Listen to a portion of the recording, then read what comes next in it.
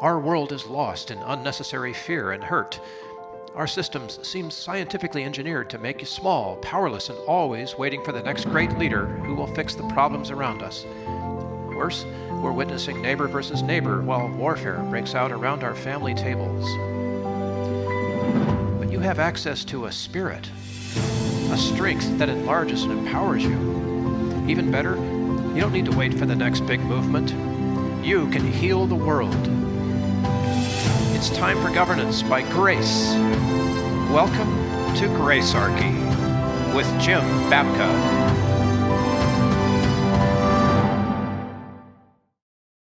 So, Jim, thanks to Gary Nolan, whose show you appear on regularly, we have this amazing audio from an interview that Gary did with Perry Willis from wartruth.org. And Perry's been on our show before, but there's something special about this interview, right?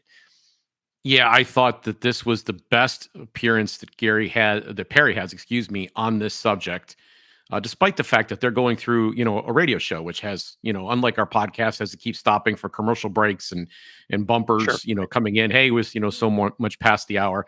So there won't be any video for you to watch here, but it's a concise review of U.S. historical interventions. Yeah, and is it ever concise? We'll come back at the end with a little wrap up, but I want to say thank you to Gary and Zimmer Radio Network for sharing this footage with us.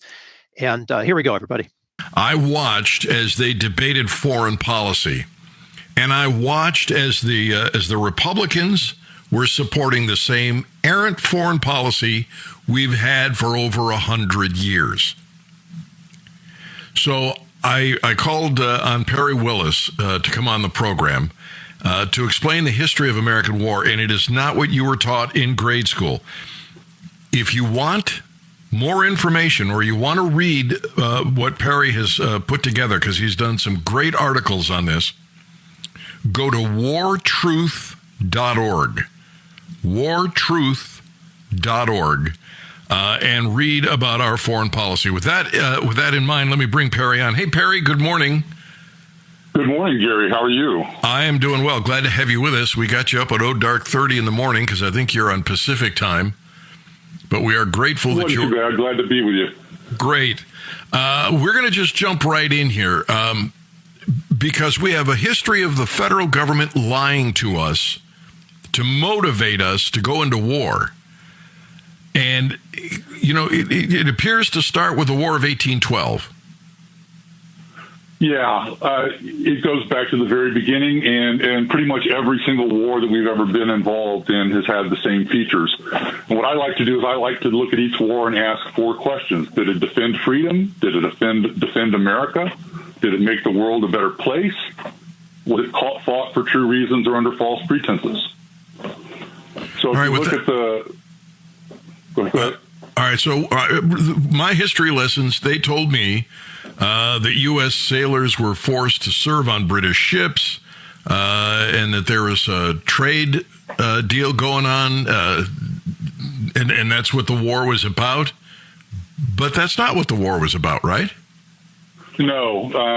The impressment was certainly going on, but what they didn't teach me in high school, and I didn't learn till later, was all sides did impressment, including the U.S. Navy, including U.S. merchant ships. And this practice continued into the 20th century in some cases. So that was nothing new. And if you wanted to have a war about it, you could do it any time because it was always going on, except that you yourself, the U.S., was doing it too. So that wasn't the real reason. If you look at the debates in Congress and you look at the newspapers of the time, the real thing that they were hoping for out of that war was that they would be able to conquer Canada. So we wanted to expand. We wanted to expand, right. We thought we should have Canada, and we thought we could get it as a result of this war. And, of course, we got our nose bloodied, and that didn't happen. And then it continues that way. All the wars of the 19th century were wars of conquest, and all of them were fought under false pretenses. And in at least one case, there was a much better option to achieve what we did, and that's in the next war, the Mexican-American War. All right, so this goes back to 1846. That's right. So go ahead. You tell the story. We drew an artificial line on the ground in Texas and said if the Mexican army crosses this line, they're coming into our territory, and it's an invasion. And so there was a staged event to make it look like that had happened. Well, Ulysses Grant was there as one of the people on the American side, and he wrote about it in his memoirs. It was a fake event, and it led to us invading Mexico so that we could take possession of the western half of the United States, California, Arizona, New Mexico, so forth. So I'm sure we're all glad that we have those territories, and we probably all think that we do a better job with them than Mexico did. But the war was fought under false pretenses. It was a war of conquest, and there was a better alternative. And the better alternative was the same way we bought the Louisiana Purchase and Alaska. Because in that particular case during the Mexican War, Mexico owed us a lot of money and was in default on its debts to us. So we simply could have foreclosed and sent the troops into the Western territories to compensate for the debts, and maybe paid Mexico a little bit of extra money if we thought it was worth more. And we would not have had a war that cost a lot of lives and that created, long-term enmity between the Mexican people and the American people. And Polk's manifesto was Manifest Destiny. The one good thing to say about Polk is he's probably the one president in American history who set out exactly what he was going to do before he was elected, and then did every part of it, and then retired. So that's two wars, two conflicts fought, and based on lies. Based on lies, that's right. All right, so let's move up to 1898. We have the Spanish-American War. Yeah, so this is where things really go wrong. The American people were told that this was a war to liberate the Spanish colonies, especially Cuba, but all of the Spanish colonies.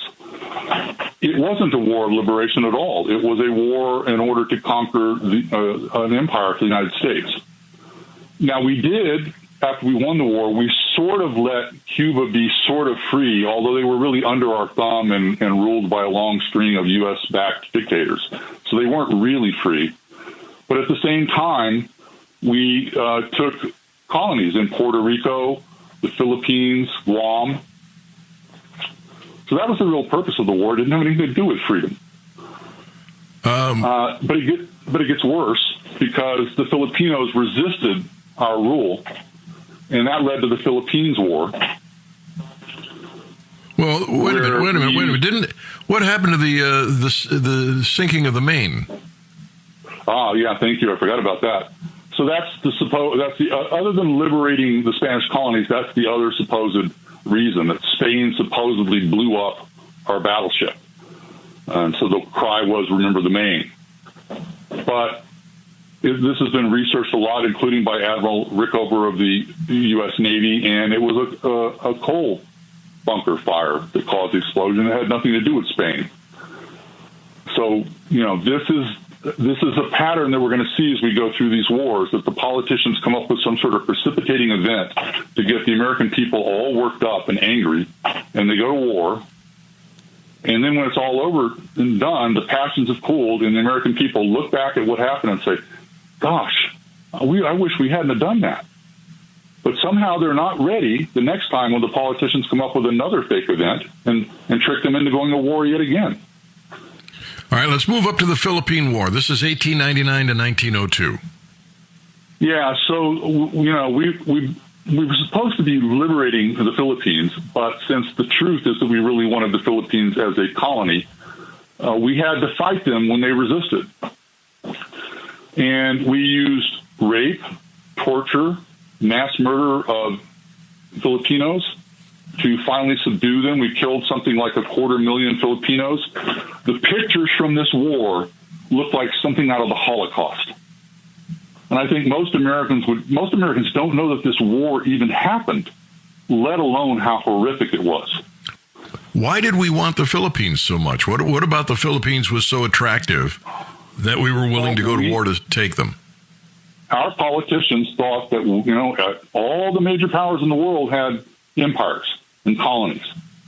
And we were done with manifest destiny. We had the whole, Atlantic to Pacific portion of the North American continent. How were we going to continue to expand and be an imperial power like all the other great powers? So it was truly a desire for empire. It had nothing to do with liberating anyone. Well, couldn't the United States, because that was the way it was done in the 1800s, couldn't they have just said, we're going to conquer this land and make it ours? I mean, that's what Britain did. Britain didn't. They couldn't have, because fortunately there was tremendous opposition to the Spanish-American War among the American people. And famous people like Mark Twain were involved in the opposition. A lot of ex-presidents were involved in the opposition to the war.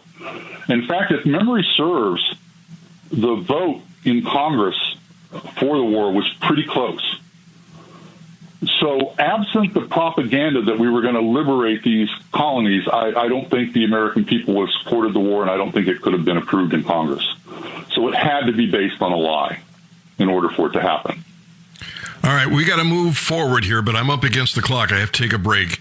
Perry Willis is with us, author, and he's done some terrific research. If you want to look at some of the things that he's written to do your own homework, go to wartruth.org, because now we're going to go into the 20th century and see what we've done that has made us less safe. Gary Nolan, Zimmer Radio Network. It is 9:51. Glad to have you with us on the Gary Nolan Show. If you just turned the radio on, we're talking with Perry Willis. He's done a great deal of homework dealing with U.S. involvement overseas. I was inspired to do this after watching the Republicans debate going after, spending more money in Ukraine and their concerns about China and how we have to do this, and if we don't do this, it's blah, blah, blah. It just made me crazy. So I invited Perry Willis on, who's done all this work, and you can review his work because it's up there on the World Wide Web. It's wartruth.org, wartruth.org. And if you've got any questions, I want you to feel free to call us. 800-529-5572. We're now jumping ahead to the 20th century and Teddy Roosevelt. And what you're telling me, Perry, is that Teddy Roosevelt practically created Japan? The Empire of Japan. Yeah. He. So this is kind of a fallout from the Spanish-American War. Roosevelt is very impressed by the Japanese. In fact, his views are very similar to those of Adolf Hitler's. He subscribed to the same racist Aryan theory that the Nazis did. He believed it was the right and duty of Aryans to conquer darker people. He foreshadowed Hitler by adopting the Japanese as honorary Aryans. And he proposed a Monroe Doctrine for the Western Pacific that encouraged Japan to conquer an empire. And he gave Japan their first imperial victim, which was Korea. I mean, this is a date that I really... This is the same country we've had a military presence in since the 1950s. Yes. And we'll be getting to how our U.S. politicians created the current situation with North Korea as we go along here. But this is kind of the start of that. The whole process that leads to the division of Korea starts here. And it's a date that I think Americans should remember the same way that they remember Pearl Harbor. And that date is November 28th, 1905. Because on that day, Teddy Roosevelt closed the U.S. Embassy in Korea and invited the Japanese to conquer the country. How did he invite them to do that? He just to say, hey, come in and conquer the country. We're not going to oppose you. We're closing our embassy. In fact, here, you can have our embassy. So was Japan making overtures about taking over Korea? They were interested in basically emulating us and the British. We had just conquered an empire in the Western Pacific, and they thought, well, we want to be a major power too. We want to have an empire also. And Teddy Roosevelt thought that would be a great idea. And he said, why don't you make Korea your first colony? Now, we actually have proof that he invited them to do this. Yes. If your listeners would like to learn more about this, the best book on this subject is by James Bradley. It's a book called The Imperial Cruise. And it lays out all the points I've just made. And again, this is history. It's all based on primary sources, too. This is not secondary sources or hearsay or, somebody wrote this sometime in a book. It's all primary documentary sources. And it lays out all the points that I just made here. Perry Willis is with us, and wartruth.org. You can find out the history of America's foreign policy. And again, it appears that we have gotten engaged in an activity that we later had to clean up that didn't make us safer. It's just more of the same history that we are still being told we should engage in. And it's really frustrating to hear the Republicans keep saying, well, we got to worry about China, we got to worry about Ukraine, got to worry about Putin. So let's move over to World War I, if we can, because we're kind of running a little long here. The impetus... Go ahead. The question I ask about this one is, did U.S. politicians support the more evil side in World War I? And that comes as a shock to people because they kind of think of Germans in World War I as being the same as the Germans in World War II. The Kaiser was marching around in this silly uniform with a spiked helmet, and weren't they trying to conquer Europe, and weren't they evil, and didn't we have to stop them? But none of that's really true. If you look at the situation at that time, the biggest empires in the world were Great Britain, France, and Russia. Germany didn't have a big empire. Austria-Hungary didn't have a big empire.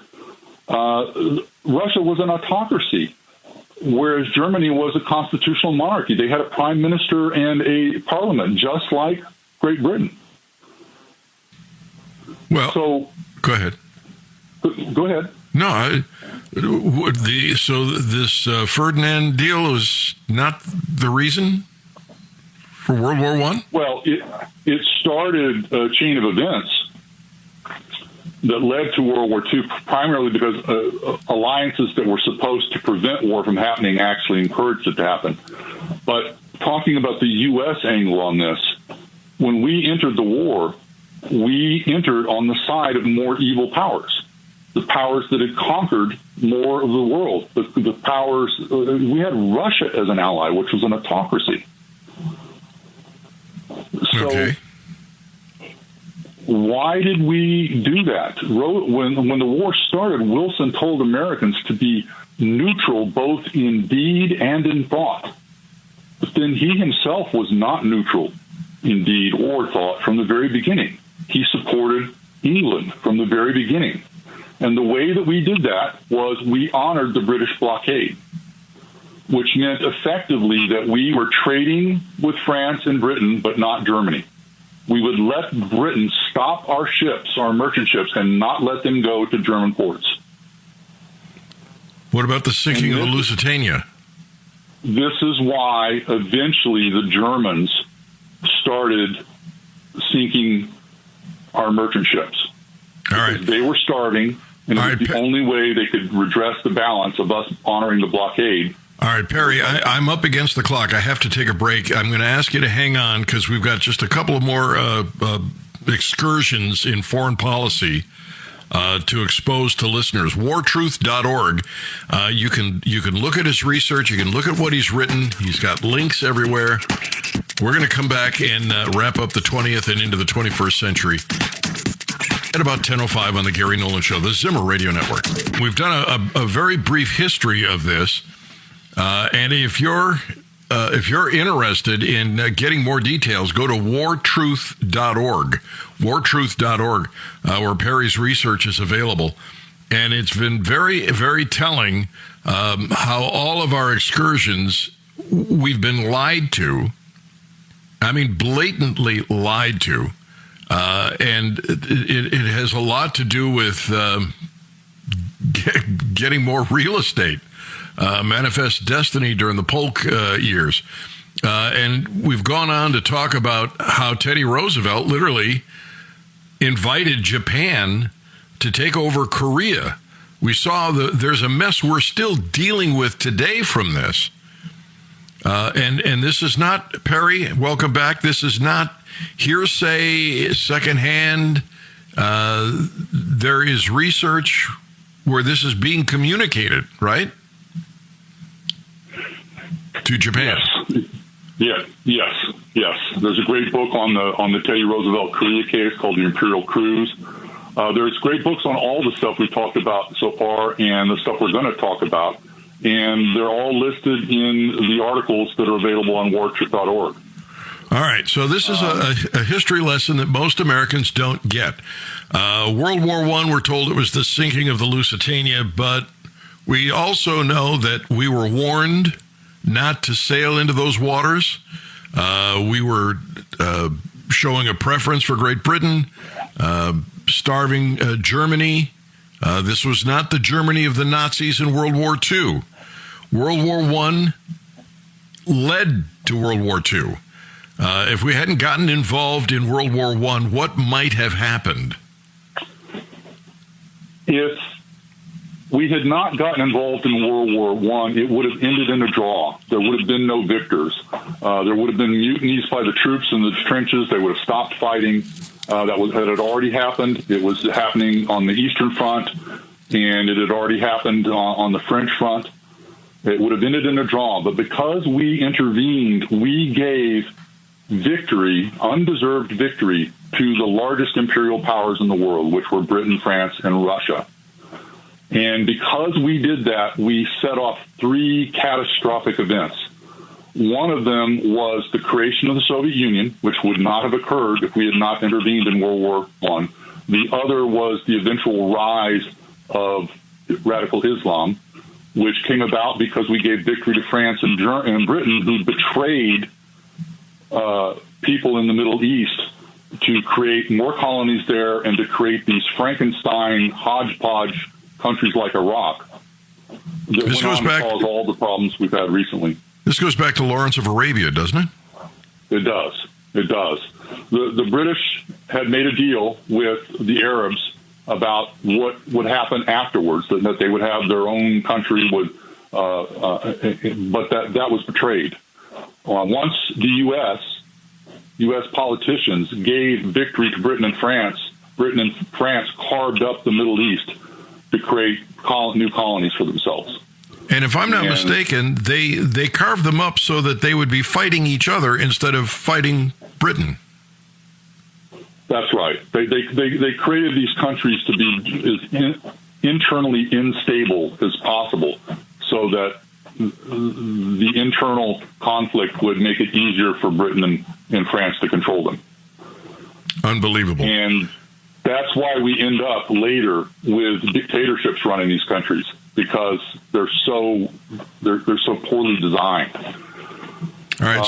But the worst thing probably that happened from U.S. intervention in World War I was the creation of the Soviet Union. All right. Well, let me do this. I'm going to divert you a little bit. World War I. If we don't get involved, they fight to a draw. We don't have the Treaty of Versailles. We don't heap all this debt on Germany. And then we don't have Adolf Hitler. We don't have Adolf Hitler, but there's an additional U.S. policy that in addition to intervention in World War I, that's required for Hitler to come about. Hitler is really a phenomenon of the Federal Reserve monetary policy, which caused the Great Depression, which spread around the world, and which brought Hitler to power. Absent the Great Depression, the Nazis would have been a tiny party. I show in the article that I write about this that the Nazis were very, very small prior to the Great Depression, and then mushroomed in size once the Great Depression started. So two things were needed to bring Hitler to power. One was the Versailles Treaty, and the other one was the Federal Reserve causing the Great Depression. Well, that and the tariff war that we started, the trade war, Smoot-Hawley. Yeah, the Smoot-Hawley tariff bill was horrible. All right. So all that happens because we tipped the balance. Their agreement would have been completely different, and that's the impetus behind World War II with Adolf Hitler. But wait, there's more, because part of the axis of power, the axis of evil, as they say, was Japan. How on earth we helped create Japan? You said when we invited them to take over Korea, but how did they then become our enemy? Well, because they went on from Korea to try and conquer Manchuria. They were Teddy told them to go create an empire. Well, we had the Philippines and Guam and all those countries and islands around them. Where could they go to do their empire? They had to go into Asia itself. So first they went into Korea and then they went into Manchuria. And so when FDR is president, he starts an embargo against Japan to try to get them to stop invading Manchuria. And we were the major source of their oil. And they thought, we've got to get oil from someplace else. And, Japanese politicians are just as stupid as U.S. politicians. So instead of just buying the oil from someplace else, they decide they have to go conquer it, and that they're not going to be able to conquer it without first neutralizing the U.S. Navy, and so they attacked Pearl Harbor. All right, so this gets pretty ugly. I want to roll back the clock a little bit because there's a piece that you write about with the Germans, or the British rather, giving us all stories about German atrocities, which we later hear happens again. For instance, with Iraq. What was Great Britain telling the American public to get them riled up to go into war? They were telling us that the Germans were stabbing babies with bayonets in Belgium. And that didn't really happen. There were some atrocities. There are always atrocities in war. U.S. soldiers have committed atrocities in war. It's just something that happens. It was greatly exaggerated by the British. They spent a lot of money in America propagandizing the American people. But they also did something else, which actually, in my view, kind of was an act of war against the U.S. They cut the transatlantic cable so that Germany could not communicate with the U.S., so that only Great Britain would be able to tell the American people their version of what was going on. Wow. That is amazing. And most of us did not learn any of this in school. Government schools were not teaching this. That's right. All right, so none of this made us more secure. Ultimately, it leads to more deaths. This is how Adolf Hitler ends up in power. We got to go to war now. Now we've been attacked by Japan at Pearl Harbor. I want to stick the Soviet Union in here real quick because this is really, to me, almost the biggest negative outcome of our intervention in World War I. A lot of people don't understand that there were two Russian revolutions. The first one deposed the Tsar, and the second one, which came nearly a year later, created the Soviet Union. So how is it that U.S. intervention caused that? Well, the Russian troops were mutinying. They didn't want to fight anymore.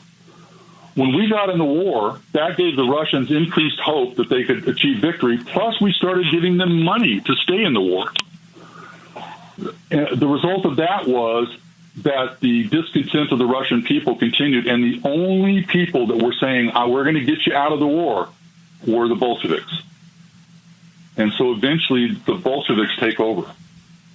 If instead, and right after we entered the war, the Germans put Lenin in a sealed train and sent him back to Russia to make exactly this happen, so that he would take Russia out of the war.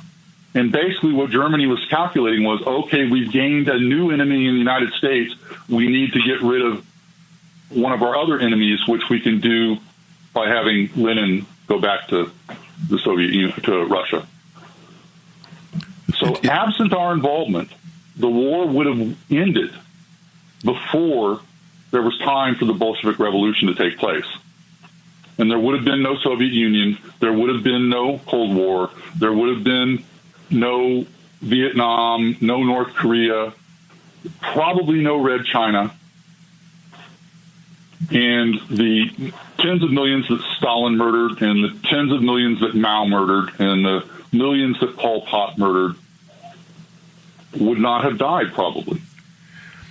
We talked about Korea being created earlier on and how that happened by empowering Japan. But now we have Korea split in half, North and South. Harry Truman somehow is part of that makeup? Yes. Yes. So at the end of World War, we had a very simple-minded way that we fought the war in the Pacific. We were just intent on defeating Japan, and we didn't give I say U.S. politicians at the time, did not give any thought to what things would look like after the war. So as the war is winding down, we've got this big problem that we have to garrison these places that the Japanese had conquered. And how can we do that? We don't have enough troops. So they invite the Soviet Union to come in and garrison the northern half of Korea. And because of that, we end up with North Korea. We created it. Wow. What?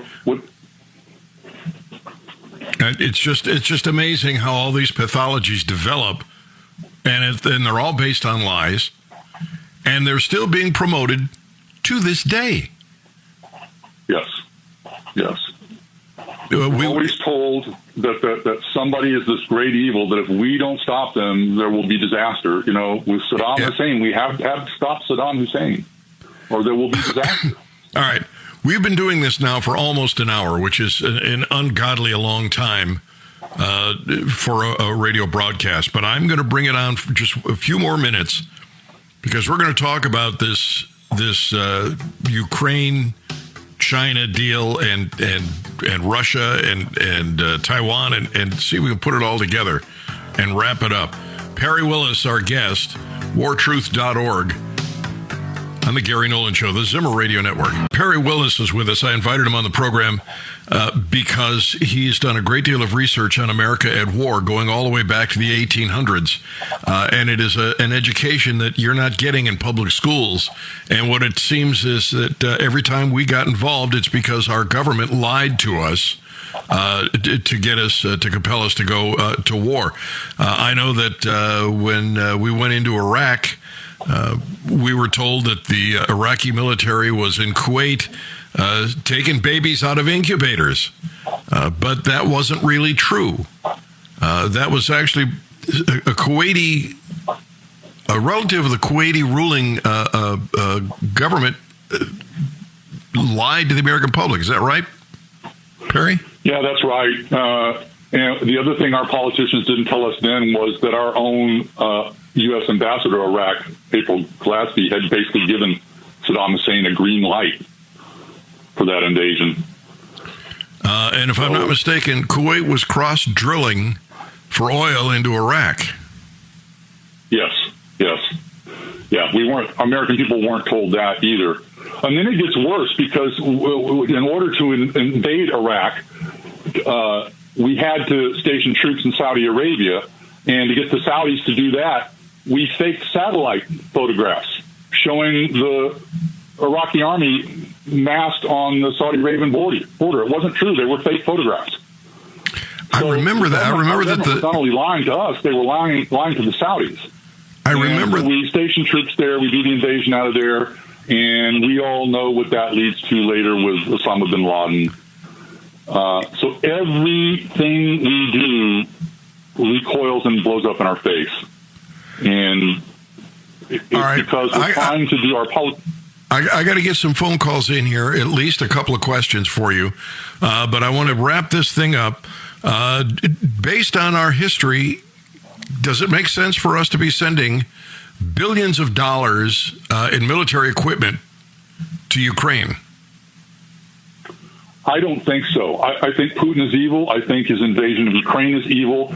I would like to be able to believe that this would be the first intervention in our history where the results turn out good. But I just cannot ignore the verdict of history. Something is going to go wrong here. It is going to blow up in our face. It is going to cause more problems than it solves. And I just have to pay attention to the history. What about this great fear of China taking over Taiwan? I think you've got the same situation there. No American wants China to invade and conquer and subjugate Taiwan. None of us want that. I didn't want it for Hong Kong either, but I wasn't willing to fight a war over it, and I wasn't willing to risk the negative fallout that would come from it, because we never can predict what disastrous thing is going to happen because we did something that we thought was good. It just has never worked out for us. The road to hell is paved with good intentions, and in many cases, we were lied to about the intentions. Very quickly, now I'm running out of time. The Munich myth, can you do that in about 2 minutes, minute and a half? Yeah, the idea there is that if only we had, or Britain or whoever, had resisted Hitler earlier, Hitler would have been overthrown and there would have been no World War II. That is a complete myth. At every juncture, Hitler was in pretty much a no-win, a no-lose situation. When he put troops into the Rhineland, even if the French had pushed the troops back out, the German people would have seen Hitler as a hero. They wouldn't have overthrown him for that. And in the Czechoslovakia crisis, Hitler wanted war. He didn't want that agreement. He wanted to go to war right then and there because he thought he had an advantage. So this idea that if we had just resisted Hitler earlier, things would have turned out different is a complete myth. And this myth goes on to haunt us. It haunts us in Vietnam. The whole domino theory thing is a consequence of this Munich myth, that you got to stop them early. Yeah, I remember the domino theory being the excuse behind Vietnam, and eventually Vietnam won. We left, and now we're doing business with them. Yeah, things ended up okay, didn't they? And I got to add that really the domino theory ended up happening because we intervened. Because we intervened, we destabilized Laos and Cambodia. Absent our intervention, there would have been no Cambodian killing fields. Keep the lines of communication open through trade, and that does not make you an isolationist. Perry Willis. Isolation is when you say, I'm not going to trade. Right. Perry Willis, thank you so much for that history of America at war. Well, thanks for giving me the time to do it. I appreciate it. So Gary was moved, as you heard during the interview, by the fact that virtually all the Republican candidates at a debate in this was recorded on August 28th. Yeah. This is before the Israel-Gaza conflict. Yeah, it precedes it by almost well over a month. Yeah, and